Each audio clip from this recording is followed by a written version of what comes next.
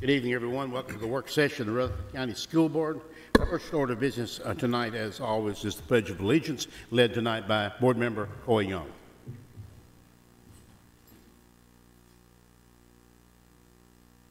Allegiance to the flag of the United States of America and to the republic for which it stands, one nation under God, indivisible, with liberty and justice for all.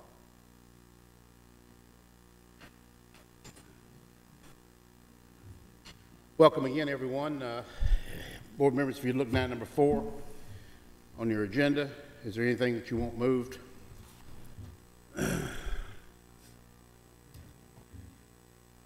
If not, go to number 5, the consent agenda, which is tab 1 on your iPad there. Is there anything that you would like moved there?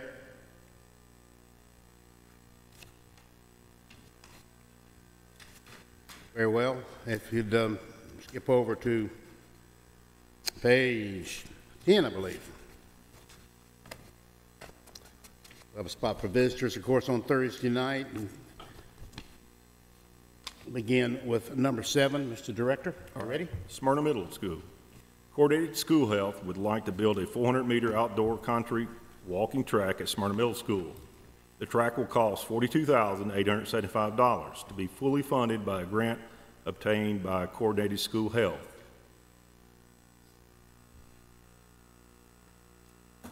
Questions on Part A? Part B, Mr. Spurlock. Professional construction and design related services. In the past, engineering construction has recommended professional service firms based on jobs or for certain projects.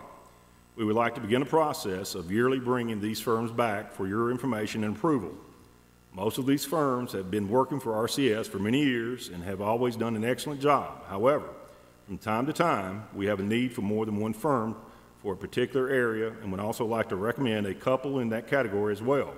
The following firms are recommended for approval: Geotechnical Investigation and Construction Material Testing, ECS Southeast LLP, Collier Engineering. For surveying, Collier Engineering, Bird Surveying, Structural Steel Testing, Billy Melton. Civil Design, Barge Cawthon and Associates. Architectural Design Services, Binkley Garcia Architecture and Interior Design. Aerial Drone Services, Southern Skies Drone Services. Any questions for the director? Will this create a situation where engineering and construction will enter into contracts with these firms just at will? Is that what this approval would render? No, sir. Only with approval of the board. These are the ones that will be approved that we can use. Okay. Other questions? Yes, I have one. Yes, Ms. Moore. There are a couple here that there's only one vendor listed. For instance, the structural steel testing and the architectural design services. Just like to understand maybe a little better why we don't have more than one that are available to choose from that could be approved. Okay. I'm going to refer to Mr. Lee on this question. There are additional civil design services. We have solicited bids from others. Barge Cawthon has been with us for quite some time. We've used other design services, so we recommended them. Under architectural design services, Binkley Garcia has been doing the school board's work since 2002. Their fee, which is attached, is 4.75%, and their redesign fee is 3%. We have solicited bids from other architectural firms, and most of them range in the 6 to 7% range, so they're not competitive per se. That is not to say that based on need, that if we determine that Binkley Garcia is not adequately staffed to handle the school board's load, that we would not need to come back and ask for additional folks to be approved. This is just the list that's presently working with us, and it's been recommended that instead of on a job per job basis, that we begin to bring these folks back to you yearly. So this is the beginning of this. We'll be adding to that throughout the year.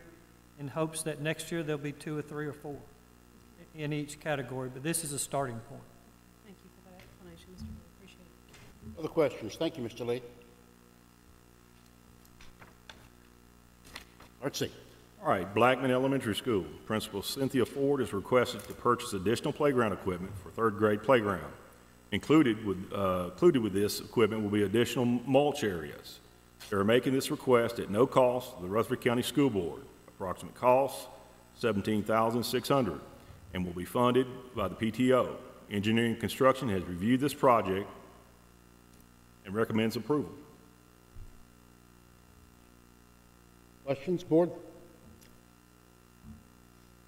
Part D. Consolidated Utility District of Rutherford County. Consolidated Utility is requesting 2 easements on our Stewart's Creek campus. One is on the west side of the campus and one on the north. Consolidated is requesting to install one 6-foot and one 12-foot water line, 6 inches and 12-inch water line to extend their services to ours to better provide water pressure for our campus as well as the surrounding neighbors. This request is at no cost for Rutherford County Schools. Questions, board? The line that's extended to the west, it's going to cross a road that I think is fully owned by Rutherford County Schools. And I was wondering, are they going to be so kind as to bore underneath, or are they going to cut that road, or has that been discussed? The road, you're talking about between the middle and the elementary going west? Correct. They will actually have to cut the road briefly because the line is in the middle of the road. They're not actually going to run up the road like they normally do. The extension to the neighborhood that they're asking to put in, they're going to run it in the grass so that we do very minimal pavement interruption. We're also going to do the same thing on the one that runs north from in front of the elementary to Poplarwood. They will have to make a short tie-in in the pavement, but we're going to run it between the road and the baseball fields so that we don't interrupt school and don't tear up that entire road. Right. The traffic flow pattern was most concerning on the back side of the schools there, and so, but you'll take care of that, and then also that they fill it such that our bus traffic is not going to sink it in 6 months later. Yes, sir, that is correct. Okay. Other questions on Part D? Rocky Fork. Rocky Fork Elementary. R.G. Anderson has encountered a large area of existing materials unsuitable to structurally support our building. We are anticipating a worst case of removal and replacement of approximately 25,000 cubic yards of material. This material will be hauled off-site and suitable material will be brought in and replaced. The anticipated cost of this is $1.3 million.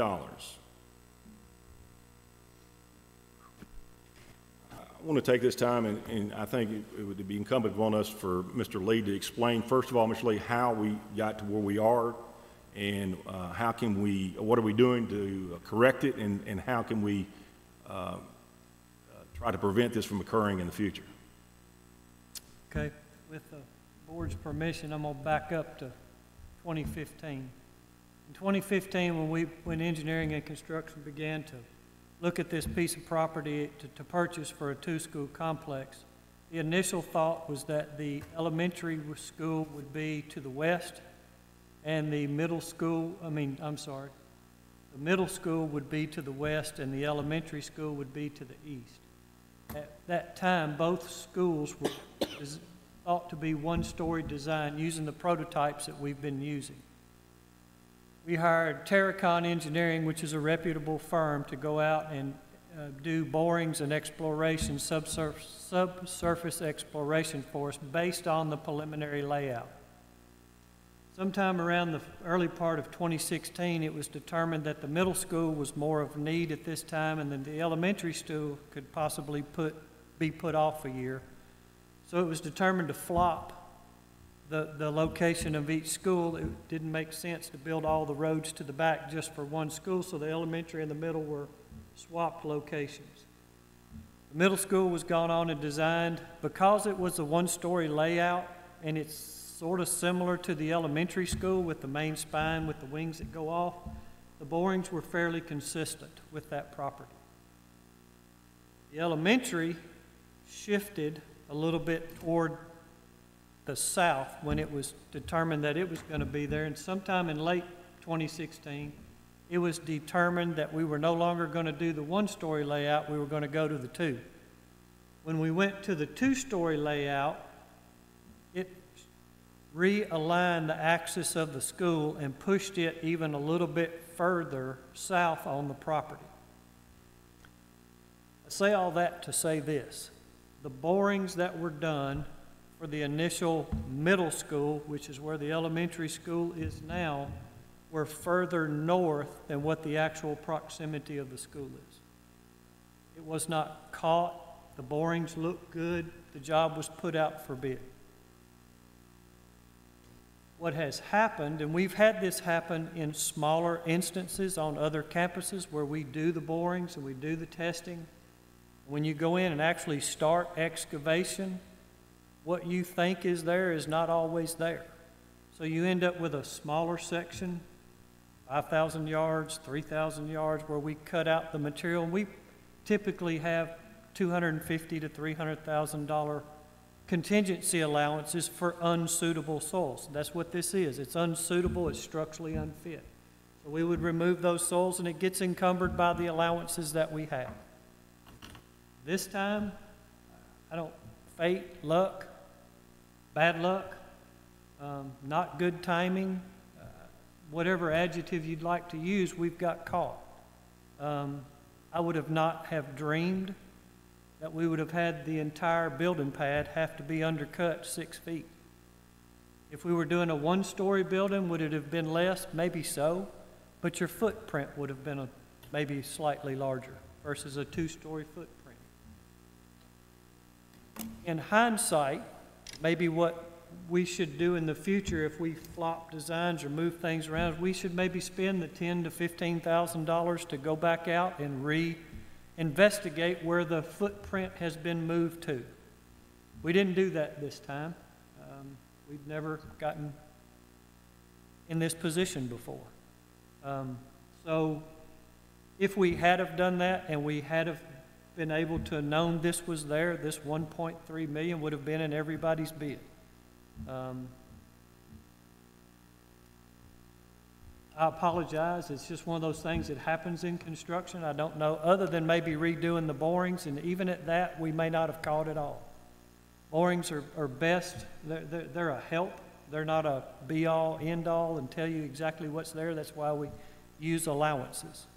There was some questions brought up in my discussions with Mr. Spurlock earlier today. Could we have used our detention ponds to get good material out and maybe utilize more material that's on site? We did all of that, unfortunately, when we built the middle school.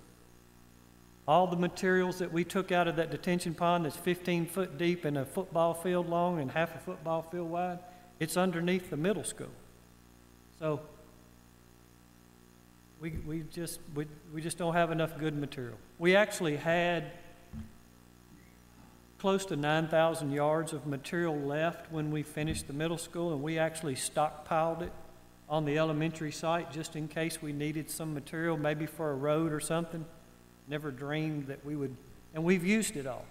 So we've actually got that $9,000. The contract, when we bid a job, there is a line item in the back of the bid form when they fill out how much their bid is and fill in the dollar amount for the alternates or everything. There's a unit price category back there where we can lock the contractor in.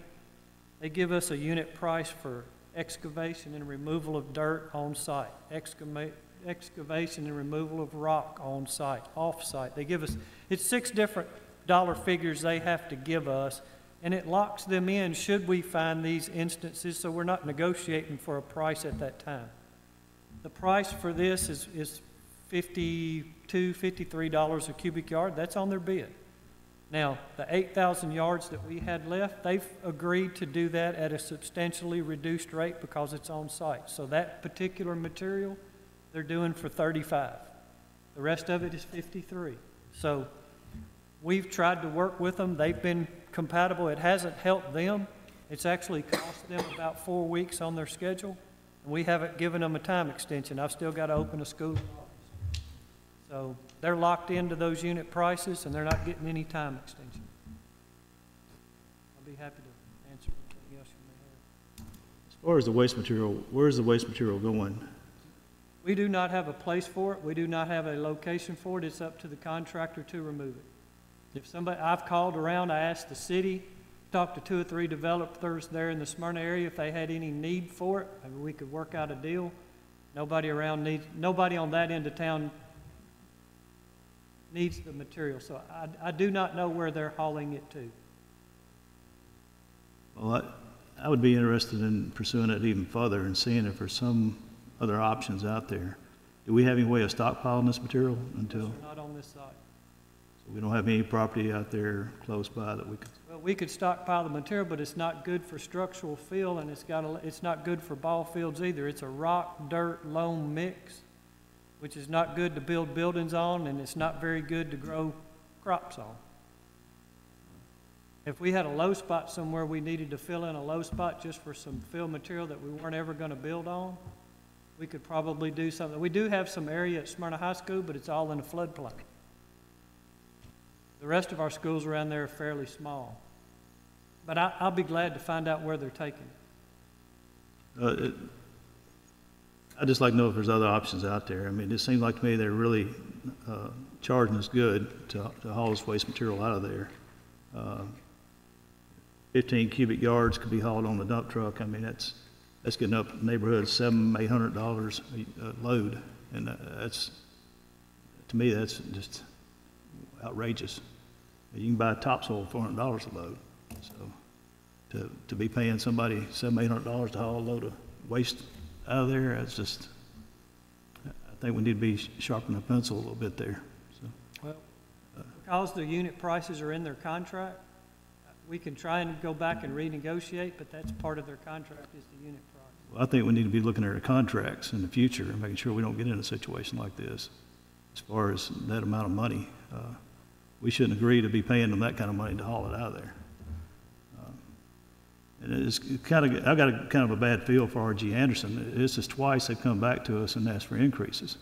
I mean, when they bid these jobs, we're looking at $1.7 million more that's costing us to build this school.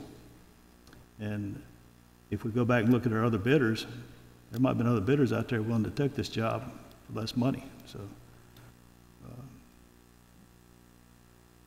I just think we've got to be real careful here how we handle these situations. And if R.G. Anderson wants to be considered in the future, they need to be looking at some ways to absorb this cost. I think there's other ways for them to absorb it. I think what you said, Mr. Lee, you know, about in the clause of the contract, we probably, I think that's a part of the going forward, keeping an eye on those kind of things, especially if we're looking at a site that we know that there's a strong possibility that it could be problematic. Yes, sir. It may be too late in the process, but is it possible to spend some portion of 1.3 million to extend the roads further to the north and position the school on more suitable soils, or are we too far into the project to consider that? We'll have the pad finished by the end of next week. Too far into the project then? Yes, sir. With that being said, is there any possibility of walking this material back in and making it usable through compaction or anything of that nature, or is it only that we've got to bring in stone?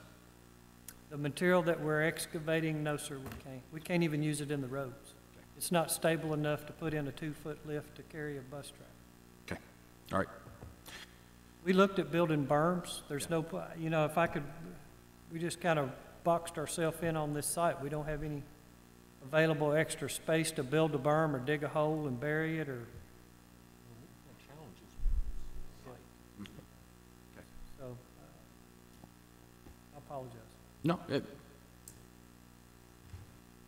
Any other questions? Eagleville.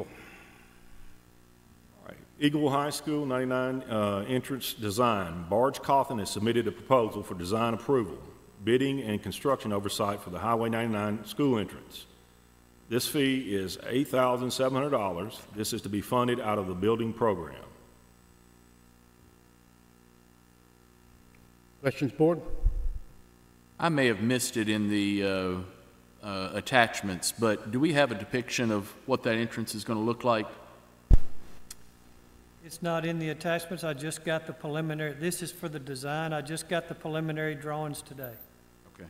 I can make a copy for you for the board meeting next week. I mean, day after tomorrow. That'd be great. Okay. Other questions? Oakland High. Oakland High School Gymnasium new HVAC system. At the request of the Engineering and Construction Department, Maynard Select has submitted a proposal to design, manage, and install the energy-efficient HVAC system for the gymnasium at Oakland High School. This system design is for the removal of the existing system and installation of 4 energy-efficient units, ductwork, energy management controls, and gas piping as required. The cost of this project is $485,000. This proposal conforms to the Tennessee Bid Law 12-4-115. Questions?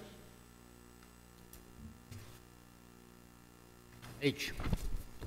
Proposal for lead water testing. At the request of Engineering and Construction, Frost Environmental has been requested to provide a budget for the new state-mandated lead water testing.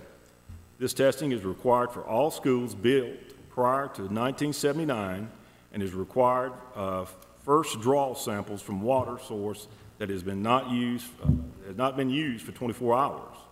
We are expecting some clarifications from the state soon and will begin implementation prior to January 1st, 2019. The estimated cost at this time is $31,945, but expect it to be more.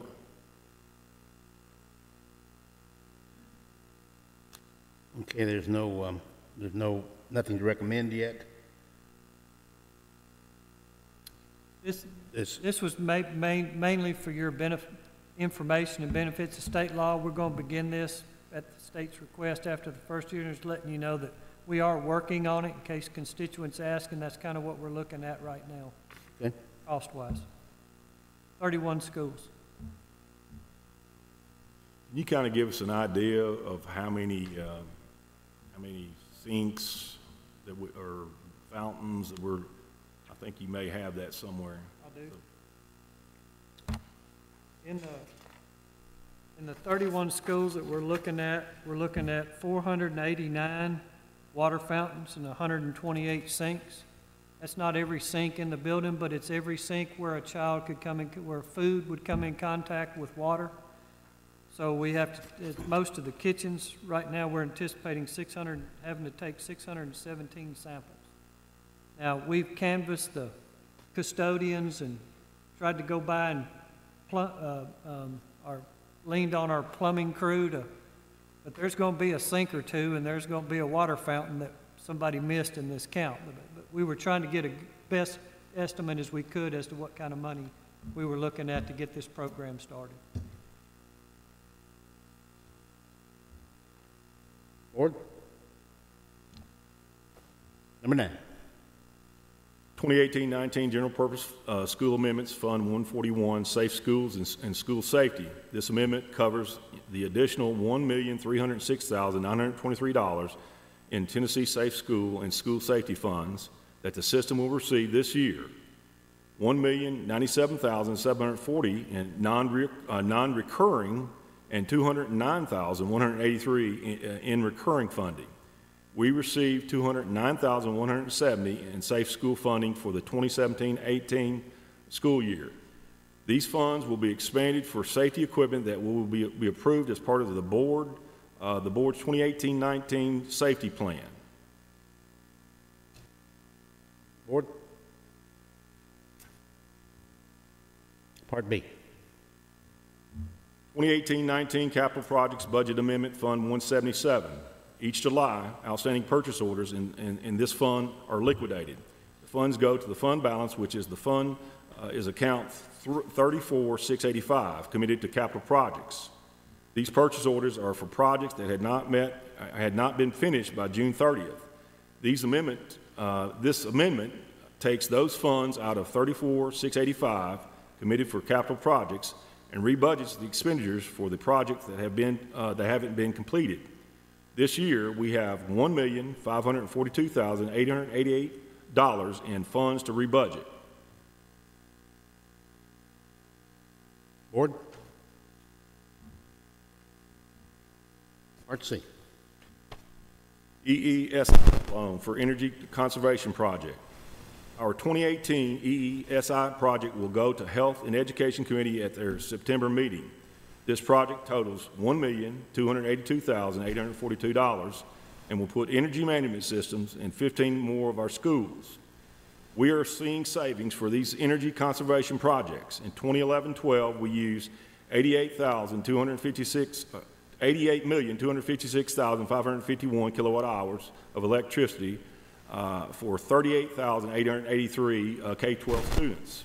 In 2017-18, we used 89,185,452 kilowatt hours of electricity for 44,883 K-12 students. This is a 1.05% increase for 6,000 more students and 2 completely new schools, Roots Creek High and Rocky Fork Middle, and 1 rebuilt school, John Coleman. If we adjust out these 3 schools, we have a 6.8% drop in our kilowatt hours for the schools we had built in 2011-12. At these 2011-12 schools, our savings has covered the rate increases we have seen since then. Board, questions, comments?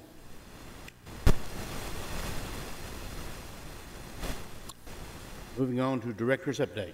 The first thing we want to do is we want to give you some preliminary numbers, our enrollment membership.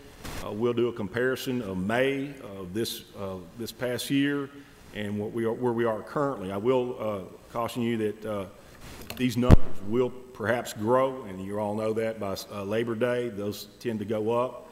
But Mr. Zago is going to give us the overall increase. We're right at close to 3% increase, but he's also going to break it down by the grade bands.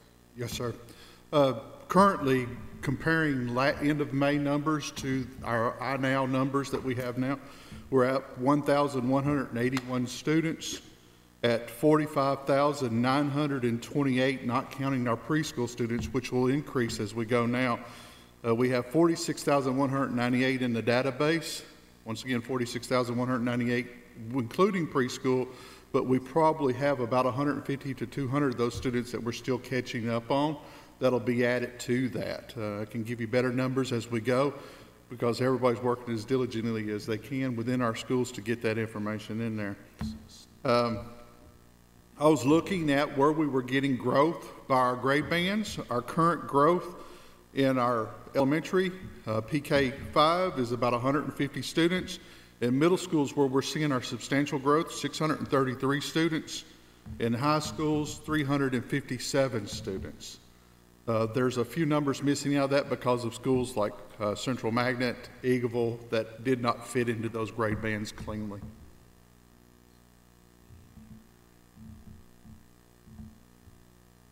Okay, other updates. Starting on August the 27th, we will start our cluster meetings. We call them our town hall meetings, and it will be at Stewart's Creek High School, beginning at 5:30, and in the auditorium there. And what we're doing there is we're going to be going out and engaging our parents and the overview of how we are as a system, going over ESSA, some of the things that are very important in there, like chronic absenteeism, like early post-secondary opportunities and things of that nature.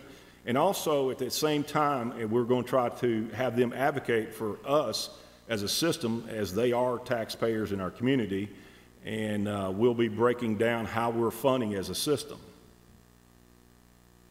And we'll be providing, I'll have Mr. Evans send out that list, and you can see, we'd like for you to come one of these meetings. They'll be in the fall and the spring.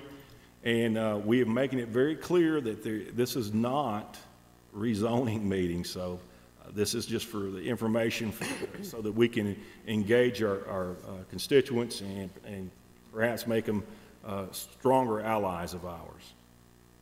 The last thing I'm going to say, I've been working on my list as far as the goals, and like I said, I strongly encourage you to get behind the E-plan. It's very important. There's some things that we have an area of improvement in. I'll be adding some data to that. We did get some data back, and And there's some things that are good, and there's some things that are challenging. But after going around and meeting with the principals and seeing some of the things that are occurring in our schools early in the school year, I can assure you that we are looking for some great success.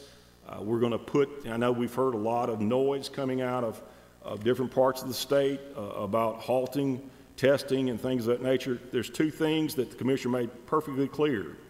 It's not only a state requirement, but it's a federal requirement. And we understand that, and what we're going to do is go forward, and we're going to improve, and we're going to take it as an opportunity to get better.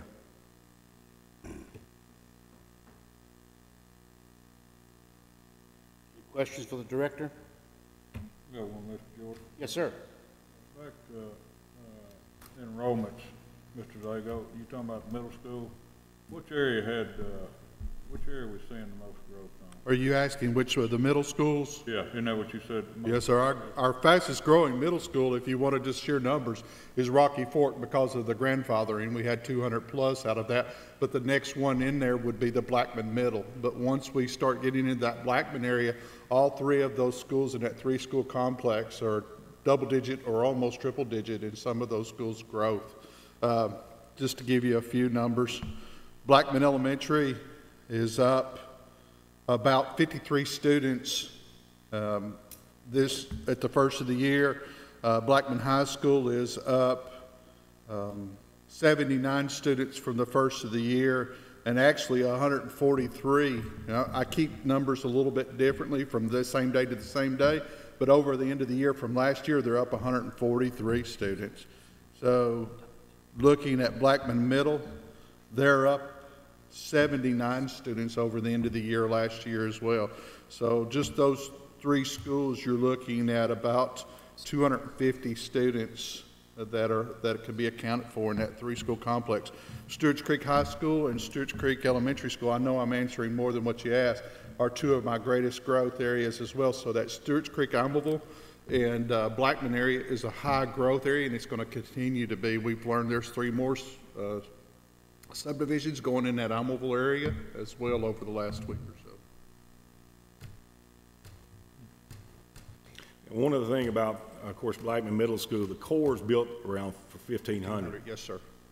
And we're running 1481 today. Those are hot bodies and seats. That was my next question. Mm-hmm. That's not just That's your Blackman. I now number. That's students that have entered that building. That's Blackman. High. Blackman Middle. Blackman Middle, okay. No, high school is much greater than that.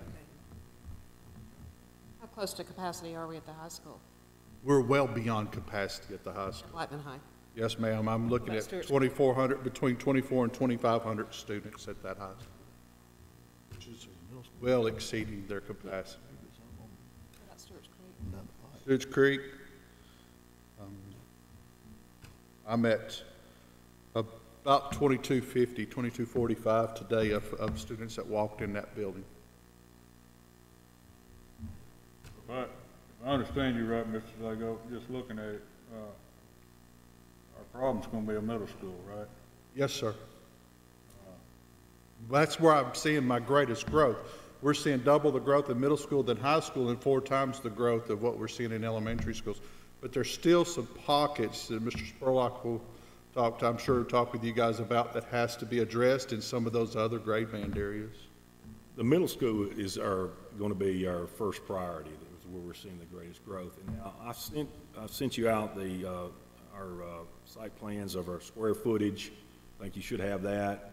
You also, I think, portables that at school, you should have that. What we'll do next is send out this, as we get these firmed up, we'll send out the enrollments of these schools. You know, I had the opportunity to talk to one of our commissioners today, and one of the conversations that I had was concerned about, you know, the enrollment numbers in our middle schools, especially Blackman Middle, and I know it's dipped a little bit, but I think you're going to see that's going to come back up again at Siegel Middle with all the portables that we have there. Spread that a little bit in Siegel, but we're only looking at 4 or 5 students dip. But as this reached Labor Day, we'll exceed in all of our middle schools where we were last year. All middle school areas, and we don't see that in every grade band. And I will say this, this week, I think it was last week, one of the things we're doing real well, I feel like we're doing well, is we're tracking the mobility of the different schools. And this week we had a situation where one of our schools was in need of a teacher, and we had excess in another school in the other end of the county. And I'll let Mr. Zago tell you how we handled that. Yes, sir. I came to Mr. Spurlock, and what we did was we had transferred 2 positions from 2 schools where we had lost students because of the mobility, and moved one teacher from one of our elementary schools to another elementary school, and then did the same thing in another case. So we moved 2 teaching positions to save those positions there, where we've had the mobility of students moving out of one area and into another area. Now, you know, that's not a perfect way to do things. However, you know, as we go forward and as we're tracking mobility and we're seeing these things, in order for us to, as we go before the commission to request funding, we have to show them that we're in our good faith effort, we're trying to put the teachers where they're needed.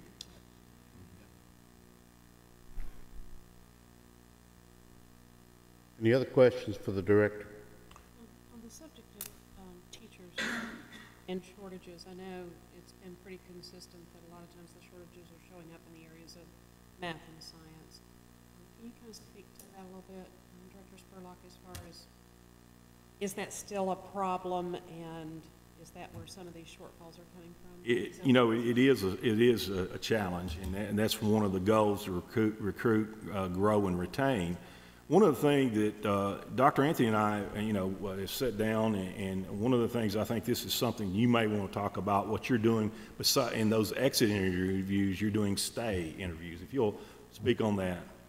Okay, so you know, the past year we've had exit interviews, and we've been looking at that data, and I know Mr. Odom had shared with you that information in the past. But what we're also starting is a process of stay interviews this year to see why our teachers are staying, so that we are able to replicate that in schools. So we're looking for retainment as well. So that will also help us in our HR branding. So we're working on a few areas to expand in our department.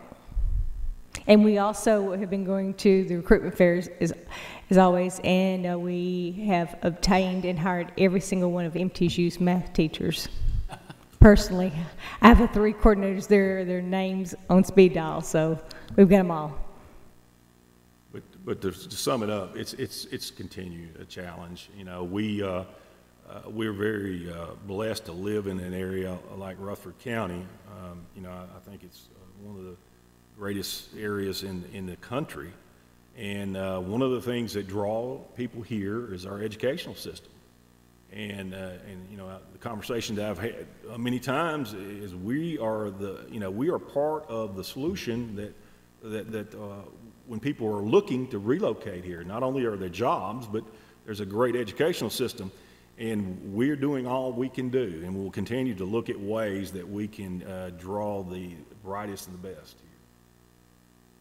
I just want to say that all of the data and everything, but also the cluster meetings. My compliments to the director for the cluster meetings and the community involvement commitment that it shows. I think this is an outstanding initiative, and I hope that the community will indeed become our advocates and help us as we face these challenges. Other questions, board?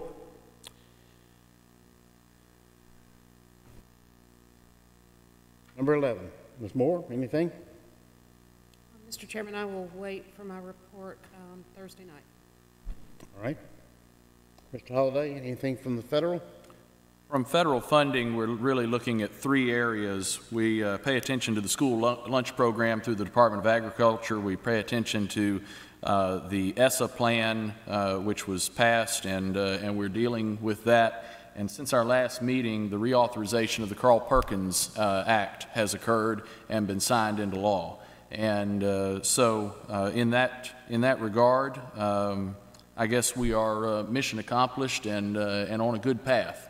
I know that there are several areas where our Senator Alexander and Secretary DeVos have been inspired by our career technical programs here in Rutherford County, and it's certainly a compliment the way that we are being used as a model for the state of Tennessee and indeed for the nation. Thank you, Mr. Holliday. Any questions, board? Question for Mr. Holliday. Yes. From a federal standpoint, any recent updates or anything on where they are with this whole proposal of merging Department of Education and Health and Human Services? The only thing that he's done is rolled it out, and it will take congressional action in order to accomplish that, and I really don't think that there's an appetite for it between now and the November elections.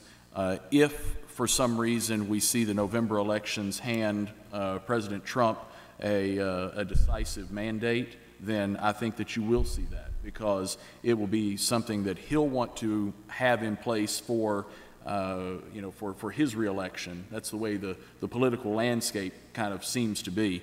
But again, and I was talking to a group of Boy Scouts last night about this, that again can be traced back to Rutherford County Schools, because the model of the partnership between the Rutherford County Chamber of Commerce and Rutherford County School System puts in place the concept of workforce development. And that workforce development idea is what the basis of combining the Department of Labor and the Department of Education into the Department of Workforce and Development Education. Board? General discussion by board members. Do have one more, do have one more question for Mr. Lee. Did we consider a rock base pad for that Rocky Fork Elementary? Well, did we consider that as an option instead of going this moving this waste dirt out and bringing in compactable soil?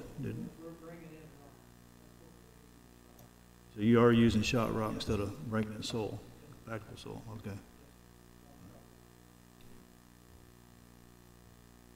Board members, other discussion?